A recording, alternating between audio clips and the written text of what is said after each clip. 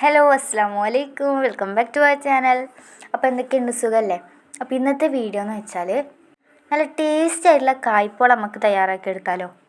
അപ്പോൾ നമുക്ക് നേരെ വീഡിയോയിലോട്ട് പോവാം.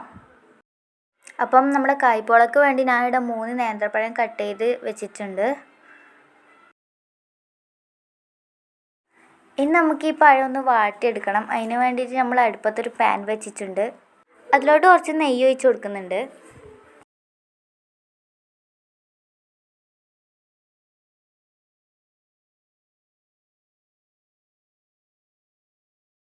ഇനി നമ്മൾ നേരത്തെ കട്ട് ചെയ്ത് വെച്ച നേന്ത്രപ്പഴം ഇതിലോട്ട് ചേർത്ത് കൊടുക്കുന്നുണ്ട് കേട്ടോ.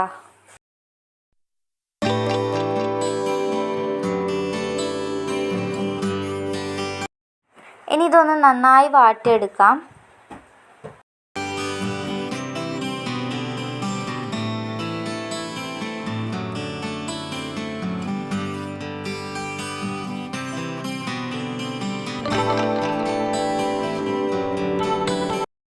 അപ്പോൾ ഇതാ നന്നായി വാടി വന്നിട്ടുണ്ട്. ഈ ഒരു ലെവലിലാണ് നമ്മൾ വാട്ടിയെടുക്കേണ്ടത്.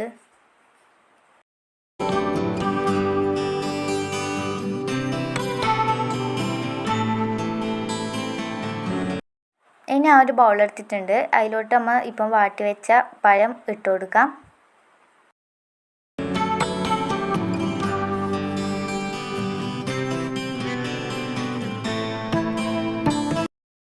ഇനി ഇതിലോട്ട് 1/4 ടീസ്പൂൺ ഏലക്കായ്പ്പൊടി ഞാൻ ചേർത്ത് കൊടുക്കുന്നുണ്ട്. ഇനി ഇതിലോട്ട് 3 ടേബിൾ സ്പൂൺ പഞ്ചസാരയും കൂടെ ചേർത്ത് കൊടുക്കുന്നുണ്ട്.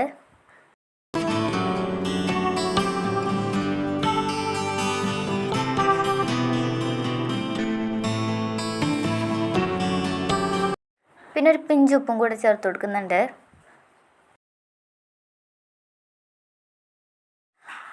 ഇനി അടുത്തതായിട്ട് ഇതിലോട്ട് ചേർക്കുന്നത് 3 മുട്ടയാണ്. അത് പൊട്ടിച്ച് വെച്ച് കൊടുക്കാം.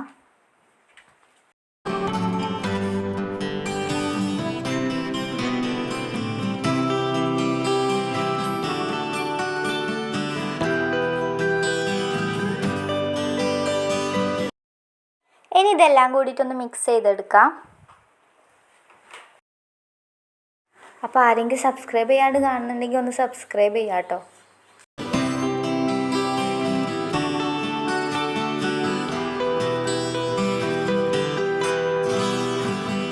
അപ്പോൾ ഇതാ നമ്മളിവിടെ നന്നായി മിക്സ് ചെയ്തെടുത്തിട്ടുണ്ട്. ഇനി നമ്മളൊരു പാത്രം എടുക്കാം. അതിലോട്ട് കുറച്ച് ഓയിൽ സ്പ്രെഡ് ചെയ്ത് കൊടുക്കാം.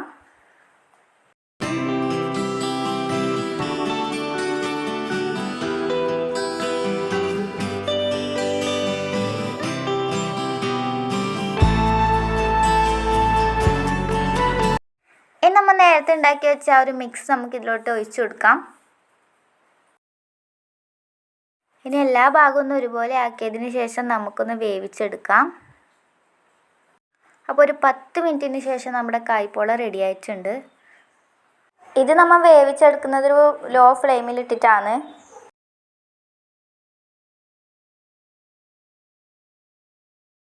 ഇനി നമുക്കിതൊന്ന് കട്ട് ചെയ്ത് നോക്കാം.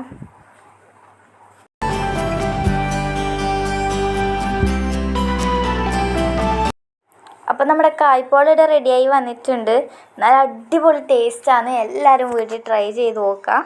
അപ്പോൾ വീഡിയോ ഇഷ്ടമായാൽ ലൈക്ക് ചെയ്യുക, ഷെയർ ചെയ്യുക, സബ്സ്ക്രൈബ് ചെയ്യുക, തൊട്ടടുത്തുള്ള ബെൽ ബട്ടൺ അമർത്തുക. അപ്പോൾ ഒരു പുതിയൊരു വീഡിയോ ആയിട്ട് വീണ്ടും വരുന്നവരേക്കും അസ്സലാമു അലൈക്കും.